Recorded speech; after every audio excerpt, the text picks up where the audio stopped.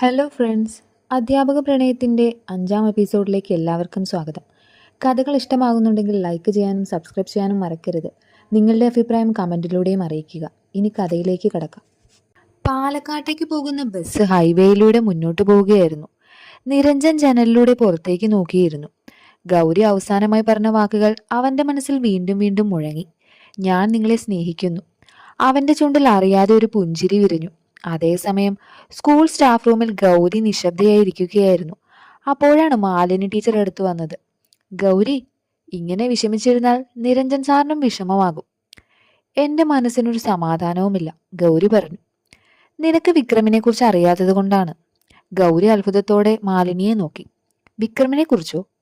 മാലിനി പതുക്കെ പറയാൻ തുടങ്ങി. 15 വർഷം മുൻപ് വിക്രം ഒരു കോളേജിലെ അധ്യാപകനായിരുന്നു. ഭാര്യ മീരയും അതേ കോളേജിൽ ലെക്ചററായിരുന്നു. രണ്ടുപേരും എല്ലാവർക്കും മാതൃകയായ ദമ്പതികളായിരുന്നു. പക്ഷെ ഒരു ദിവസം മീര വിക്രമിനോട് പറഞ്ഞു, നമ്മുടെ ജീവിതത്തിൽ സ്നേഹമില്ല വിക്രം. വിക്രം ഒരു നിമിഷം ആശ്ചര്യത്തോടു കൂടി ചോദിച്ചു, എന്താണ് നീ പറയുന്നത്? ഞാൻ മറ്റൊരാളെ സ്നേഹിക്കുന്നു, മീര പറഞ്ഞു. ആ വാക്കുകൾ കേട്ട് വിക്രമിന്റെ ലോകം തകർന്നുപോയി. അല്പ ദിവസങ്ങൾക്ക് ശേഷം മീര വീട് വിട്ടുപോയി. 2 മാസം കഴിഞ്ഞ് ഒരു രാത്രിയിൽ വിക്രമിന് ഒരു ഫോൺ കോൾ വന്നു. ഹലോ, ഒരു അപകടം സംഭവിച്ചിട്ടുണ്ട്. മീരയും അവൾക്കൊപ്പം പോയ ആളും സഞ്ചരിച്ച കാർ അപകടത്തിൽപ്പെട്ടിരുന്നു. രണ്ടുപേരും മരിച്ചു. ആ ദിവസത്തിന് ശേഷം വിക്രം ഒരിക്കലും പഴയ മനുഷ്യനായിരുന്നില്ല. പ്രണയം ജീവിതം നശിപ്പിക്കും. അതാണ് അവന്റെ വിശ്വാസമായി മാറിയത്. ഗൗരിയുടെ കണ്ണുകൾ നിറഞ്ഞു. അതുകൊണ്ടാണോ നമ്മളോട് ഇത്രയും ദേഷ്യം കാണിക്കുന്നത്? അതെ, പക്ഷെ എല്ലാവരുടെയും കഥ ഒരുപോലെയല്ലെന്ന് അദ്ദേഹം മനസ്സിലാക്കുന്നില്ല, മാലിനി പറഞ്ഞു. അതേസമയം ബസ് ഒരു ചായക്കടയ്ക്ക് മുന്നിൽ നിർത്തി. നിരഞ്ജൻ ചായ കുടിക്കാൻ പുറത്തിറങ്ങി. അപ്പോഴാണ് ഒരു കറുത്ത കാർ അവിടെ എത്തിയത്. അതിൽ നിന്ന് വിക്രം പുറത്തിറങ്ങി. നിരഞ്ജൻ അമ്പരന്നു. നിങ്ങളോ? വിക്രം ശാന്തമായി അവന്റെ മുന്നിലേക്ക് നടന്നു. ഗൗരിയിൽ നിന്ന് നീ അകന്നു നിൽക്ക്, വിക്രം പറഞ്ഞു. അതൊരിക്കലും നടക്കില്ല, നിരഞ്ജൻ മറുപടി പറഞ്ഞു. വിക്രം ഒരു ഫോട്ടോ നിരഞ്ജന്റെ കയ്യിൽ കൊടുത്തു. അതിൽ ഗൗരിയുടെ വീട്ടിൽ നിന്ന് സംശയാസ്പദമായ ചില സാഹചര്യത്തിൽ നിൽക്കുന്ന ഒരു ഫോട്ടോ. അതിൽ ഗൗരിയുടെ വീട്ടിൽ മുന്നിൽ സംശയാസ്പദമായ ചില ആളുകൾ നിൽക്കുന്ന ചിത്രം. നീ അവളെ സ്നേഹിക്കുന്നുണ്ടെങ്കിൽ അവളുടെ ജീവിതം അപകടത്തിലാകരുത്. നിരഞ്ജന്റെ മുഖം മാറി. ഇതിന്റെ അർത്ഥം എന്താണ്? വിക്രം തണുത്ത ശബ്ദത്തിൽ പറഞ്ഞു. ചില ചോദ്യങ്ങൾക്ക് ഉത്തരം തേടേണ്ട, തീരുമാനങ്ങൾ എടുക്കണം. അത്രയും പറഞ്ഞ് അവൻ കാറിൽ കയറി. നിരഞ്ജൻ ആ ഫോട്ടോ കയ്യിൽ പിടിച്ച് നിശ്ചലനായി നിന്നു. ഇനി അവന്റെ മുന്നിൽ ഒരു വലിയ തീരുമാനമുണ്ടായിരുന്നു. പ്രണയമോ ഗൗരിയുടെ സുരക്ഷയോ? വൈകുന്നേരമായി. ചായക്കടയുടെ മുന്നിൽ നിശ്ചലനായി നിന്നിരുന്ന നിരഞ്ജൻ വിക്രം നൽകിയ ഫോട്ടോ അവൻ വീണ്ടും തുറന്നു നോക്കി. ഗൗരിയുടെ വീടിന് മുന്നിൽ നിൽക്കുന്ന അപരിചിതരായ ആളുകൾ. അവന്റെ മനസ്സിൽ ഭയം നിറഞ്ഞു. എന്റെ പ്രണയം കാരണം ഗൗരിക്ക് എന്തെങ്കിലും സംഭവിച്ചാൽ ആ ചിന്ത തന്നെ അവനെ തളർത്തി. അതേസമയം ഗൗരി വീട്ടിലെ ജനലരികിൽ ഇരിക്കുകയായിരുന്നു. കയ്യിൽ നിരഞ്ജൻ നൽകിയ ചെറിയ ഡയറി. അവൾ ഒരു പേജ് തുറന്നു. അതിൽ എഴുതിയിരുന്നത്, യഥാർത്ഥ സ്നേഹം ഒരിക്കലും സ്വന്തമാക്കാൻ ശ്രമിക്കില്ല, അത് സംരക്ഷിക്കാനാണ് ശ്രമിക്കുക. ആ വരികൾ വായിച്ചപ്പോൾ ഗൗരിയുടെ കണ്ണുകൾ നിറഞ്ഞു. നിരഞ്ജൻ ഇപ്പോൾ എവിടെയാണ്? പാലക്കാട്. സ്കൂളിലെ ആദ്യ ദിവസം. ഹെഡ് മാസ്റ്റർ പുതിയ അധ്യാപകരെ പരിചയപ്പെടുത്തി. പക്ഷെ നിരഞ്ജന്റെ മനസ്സ് അവിടെ ആയിരുന്നില്ല. ക്ലാസ് കഴിഞ്ഞപ്പോൾ അവൻ ഫോൺ എടുത്തു. ഗൗരിയുടെ നമ്പർ സ്ക്രീനിൽ തെളിഞ്ഞു. വിളിക്കാൻ വിരൽ നീങ്ങിയെങ്കിലും വിക്രമിന്റെ വാക്കുകൾ ഓർമ്മ വന്നു. ഗൗരിയുടെ ജീവിതം അപകടത്തിലാകരുത്. അവൻ പതുക്കെ ഫോൺ പോക്കറ്റിലിട്ടു. വൈകുന്നേരമായി. ഗൗരി നിരഞ്ജനെ പലതവണ വിളിച്ചു. നമ്പർ അവൈലബിൾ അല്ലെന്നാണ് കാണിക്കുന്നത്. ഓരോ തവണയും അതേ മറുപടി. അവളുടെ മനസ്സ് തകർന്നു. എന്തുകൊണ്ടാണ് എന്നെ ഒഴിവാക്കുന്നത്? അടുത്ത ദിവസം സ്കൂൾ കഴിഞ്ഞ് ഗൗരി വീട്ടിലേക്ക് നടക്കുകയായിരുന്നു. പിന്നിൽ നിന്നൊരു ബൈക്ക് അവളെ പിന്തുടരുന്നത് അവൾ ശ്രദ്ധിച്ചു. അവൾ ഭയന്നു. നടപ്പിന്റെ വേഗം കൂട്ടി. അപ്പോഴാണ് ഒരു സ്ത്രീ മുന്നോട്ട് വന്ന് ചോദിച്ചത്, ടീച്ചർ, നിങ്ങൾ ഗൗരിയല്ലേ? അതെ, പക്ഷെ നിങ്ങൾ ആരാണ്? എന്റെ പേര് അനഘ. ഞാൻ പാലക്കാട്ട് സ്കൂളിൽ നിരഞ്ജൻ സാറിനൊപ്പം ജോലി ചെയ്യുന്ന ടീച്ചറാണ്. ഗൗരിയുടെ മുഖത്ത് പ്രതീക്ഷ തെളിഞ്ഞു. നിരഞ്ജന് സുഖമാണോ? അനഘ ചെറുതായി പുഞ്ചിരിച്ചു. സുഖമാണ്, പക്ഷെ അദ്ദേഹം നിങ്ങളെ ഓർത്ത് ഒരുപാട് വിഷമിക്കുന്നുണ്ട്. ഗൗരിയുടെ കണ്ണുകൾ വീണ്ടും നിറഞ്ഞു. അതേസമയം വിക്രം തന്റെ ഓഫീസിലിരുന്നു. രാഘവൻ അകത്തേക്ക് വന്നു. രാഘവൻ പറഞ്ഞു, നിരഞ്ജൻ ഗൗരിയോട് സംസാരിക്കുന്നില്ല. വിക്രം ചിരിച്ചു. അവനെ അങ്ങനെ തന്നെ ചെയ്യും. കാരണം അവൻ സ്നേഹിക്കുന്നത് സ്വന്തം സന്തോഷത്തെക്കാൾ ഗൗരിയുടെ സുരക്ഷയാണ്. രാഘവൻ ചോദിച്ചു, ഇനി എന്താണ് അടുത്ത പദ്ധതി? വിക്രം ജനലിലൂടെ പുറത്തേക്ക് നോക്കി. ഇനി ഗൗരി തന്നെയാണ് നിരഞ്ജനെ വെറുക്കേണ്ടത്. അവന്റെ മുഖത്ത് ക്രൂരമായ ഒരു ചിരി വിരിഞ്ഞു. ഗൗരിയും നിരഞ്ജനും അറിയാതെ അവരുടെ പ്രണയത്തെ തകർക്കാനുള്ള ഏറ്റവും അപകടകരമായ കളി ആരംഭിച്ചിരുന്നു. 2 ദിവസങ്ങൾ കടന്നുപോയി. ഗൗരി എത്ര തവണ വിളിച്ചിട്ടും നിരഞ്ജൻ ഫോൺ എടുത്തില്ല. ഓരോ നിമിഷവും അവളുടെ മനസ്സ് കൂടുതൽ അസ്വസ്ഥമായി. എന്തിനാണ് എന്നെ ഒഴിവാക്കുന്നത്? ആ ചോദ്യം അവളെ വിട്ടുമാറിയില്ല.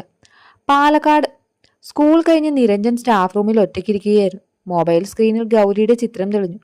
വിളിക്കണമെന്ന് പലതവണ തോന്നി. പക്ഷെ വിക്രം പറഞ്ഞ വാക്കുകൾ വീണ്ടും മനസ്സിൽ മുഴങ്ങി. അവളെ ജീവനോടെ കാണണമെങ്കിൽ അവളിൽ നിന്ന് അകന്നു നിൽക്ക്. നിരഞ്ജന്റെ കണ്ണുകൾ അടച്ചു. ക്ഷമിക്കണം ഗൗരി, ഇതെല്ലാം നിന്റെ സുരക്ഷയ്ക്ക് വേണ്ടിയാണ്. അതേസമയം വിക്രം തന്റെ പദ്ധതി പുതിയതായി നടപ്പാക്കുകയായിരുന്നു. അവൻ അനഘയെ വിളിച്ചു. നാളെ നിരഞ്ജൻ സാറിനൊപ്പം ഒരു ഫോട്ടോ എടുക്കണം. അനഘ പറഞ്ഞു. എന്തിനാണ് സർ? ഞാൻ പറയുന്നത് പോലെ ചെയ്താൽ മതി. അനഘയ്ക്ക് കാര്യം മനസ്സിലായില്ല. എങ്കിലും അവൾ സമ്മതിച്ചു. മറുനാൾ സ്കൂളിൽ അധ്യാപകരുടെ യോഗം കഴിഞ്ഞപ്പോൾ എല്ലാവരും ചേർന്ന് ഒരു ഗ്രൂപ്പ് ഫോട്ടോ എടുത്തു. അതിനുശേഷം അനഘ നിരഞ്ജനൊപ്പം നിന്നുകൊണ്ട് ഒരു സെൽഫിയും എടുത്തു. അവൾക്കറിയില്ലായിരുന്നു അല്പം അകലെ നിന്നിരുന്ന വിക്രം ആ നിമിഷം കാത്തിരിക്കുകയായിരുന്നെന്ന്. അവൻ ആ ഫോട്ടോ ക്രോപ്പ് ചെയ്ത് മറ്റെല്ലാവരെയും ഒഴിവാക്കി. നിരഞ്ജനും അനഘയും മാത്രമുള്ള ഒരു ചിത്രം തയ്യാറാക്കി. വൈകുന്നേരമായപ്പോൾ ആ ചിത്രം ഒരു അജ്ഞാത നമ്പറിൽ നിന്ന് ഗൗരിയുടെ ഫോണിലേക്ക് എത്തി. കൂടെ ഒരു സന്ദേശവും. ഇപ്പോൾ മനസ്സിലായോ എന്തിനാണ് അവൻ നിന്നെ ഒഴിവാക്കിയതെന്ന്? ഗൗരിയുടെ കൈകൾ വിറച്ചു. അവൾ വീണ്ടും വീണ്ടും ആ ചിത്രം നോക്കി. കണ്ണുകളിൽ കണ്ണുനീർ നിറഞ്ഞു. ഇത്ര വേഗം എന്നെ മറന്നോ നിരഞ്ജൻ? അതേസമയം നിരഞ്ജൻ ഗൗരിക്കൊരു കത്തെഴുതുകയായിരുന്നു. ഗൗരി, ഞാൻ നിന്നെ ഒഴിവാക്കുന്നത് വെറുപ്പ് കൊണ്ടല്ല, നിന്റെ സുരക്ഷയ്ക്ക് വേണ്ടിയാണ്. എഴുതി തീർന്നപ്പോൾ ആ കത്ത് പോസ്റ്റ് ചെയ്യാൻ പുറത്തേക്കിറങ്ങി. അവിടെ കാത്തു നിന്നിരുന്ന വിക്രമിന്റെ ആളൊരാൾ അറിയാതെ ആ കത്ത് കൈക്കലാക്കി. രാത്രി വീട്ടിൽ മുറിയിൽ ഒറ്റയ്ക്കിരുന്ന് ഗൗരി കരയുകയായിരുന്നു. അവളുടെ മുന്നിൽ നിരഞ്ജന്റെ ഫോട്ടോ, കയ്യിൽ ആ അജ്ഞാത സന്ദേശം. എല്ലാം അവസാനിച്ചോ? അവൾ സ്വയം ചോദിച്ചു. പക്ഷെ ദൂരെ ഇരുന്ന വിക്രം തണുത്ത ചിരിയോടെ പറഞ്ഞു. ഇനി അവർ പരസ്പരം അകന്നു തുടങ്ങും. എന്നാൽ അവൻ അറിയില്ലായിരുന്നു യഥാർത്ഥ പ്രണയത്തെ തെറ്റിദ്ധാരണയ്ക്ക് അധിക നാൾ തോൽപ്പിക്കാനാവില്ലെന്ന്. രാത്രി ഗൗരിക്ക് ഉറങ്ങാൻ കഴിഞ്ഞില്ല. അവൾ വീണ്ടും വീണ്ടും ആ ഫോട്ടോ നോക്കി. നിരഞ്ജനും അനഘയും ഒരുമിച്ച് ചിരിക്കുന്ന ചിത്രം. അവളുടെ ഹൃദയം തകർന്നുപോയി. ഇത്ര പെട്ടെന്ന് തന്നെ മറക്കാൻ എങ്ങനെ കഴിഞ്ഞു? കണ്ണുനീർ അവളുടെ കവിളിലൂടെ ഒഴുകി. പിറ്റേന്ന് രാവിലെ പാലക്കാട്ട് സ്കൂളിലെത്തിയ നിരഞ്ജൻ തന്റെ മേശപ്പുറത്തൊരു ചെറിയ കവർ കണ്ടു. അതിനുള്ളിൽ ഗൗരിയുടെ ഒരു പഴയ ഫോട്ടോ.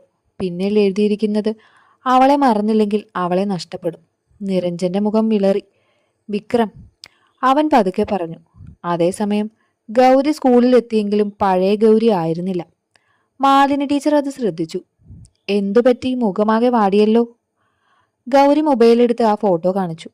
മാലിനി കുറച്ചു നേരം അത് നോക്കി. പിന്നെ ചെറുതായി ചിരിച്ചു.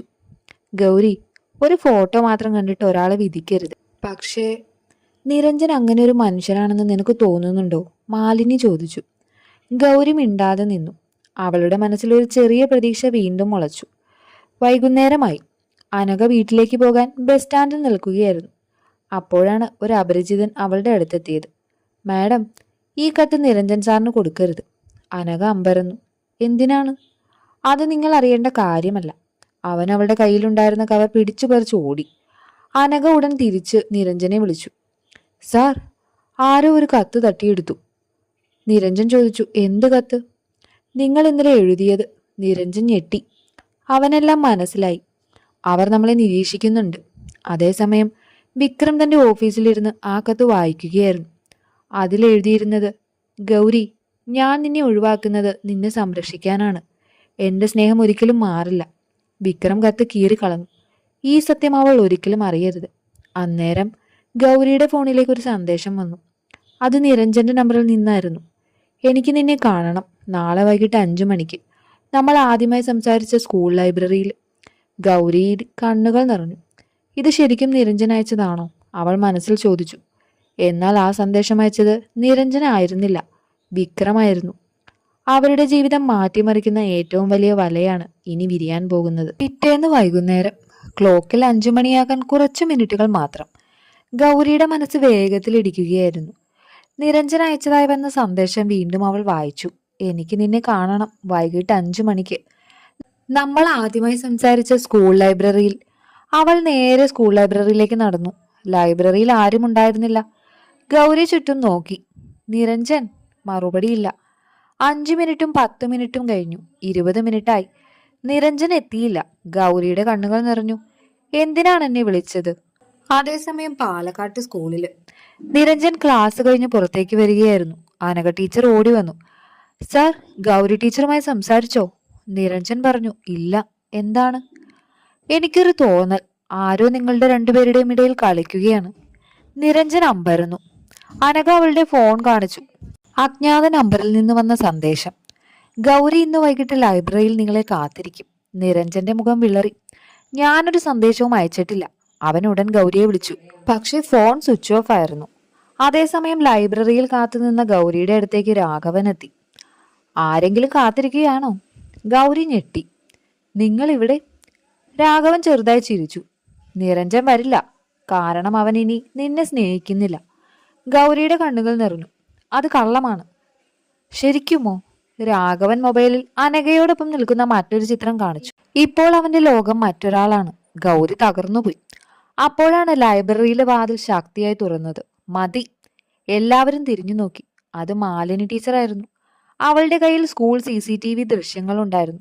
ഗൗരി, ഈ സന്ദേശം നിരഞ്ജൻ അയച്ചതല്ല. സ്കൂൾ ഓഫീസിൽ നിന്ന് രാഘവൻ ഈ വ്യാജ സന്ദേശം അയക്കുന്നത് CCTVയിൽ വ്യക്തമായി കാണാം. രാഘവന്റെ മുഖം വിളറി. ഇത് അപ്പോഴേക്കും ഹെഡ് മാസ്റ്ററും അകത്തേക്ക് എത്തി. രാഘവൻ സാർ, ഇനി മതിയായി. നിങ്ങൾ അതിരി വിട്ടിരിക്കുന്നു. രാഘവൻ ഒന്നും പറയാതെ പുറത്തേക്ക് നടന്നു. പക്ഷേ പുറത്തു നിന്നുകൊണ്ട് ഇതെല്ലാം നോക്കിയ വിക്രം മൃദുവായി ചിരിച്ചു. രാഘവൻ തോറ്റാലും ഞാൻ തോൽക്കില്ല. അവൻ ഫോൺ എടുത്ത് പ്ലാൻ B തുടങ്ങാമെന്ന് പറഞ്ഞു. ഗൗരിയും നിരഞ്ജനും അറിയാതെ അവരുടെ പ്രണയത്തെ പരീക്ഷിക്കുന്ന ഏറ്റവും അപകടകരമായ അധ്യായം ഇനി ആരംഭിക്കുകയായിരുന്നു.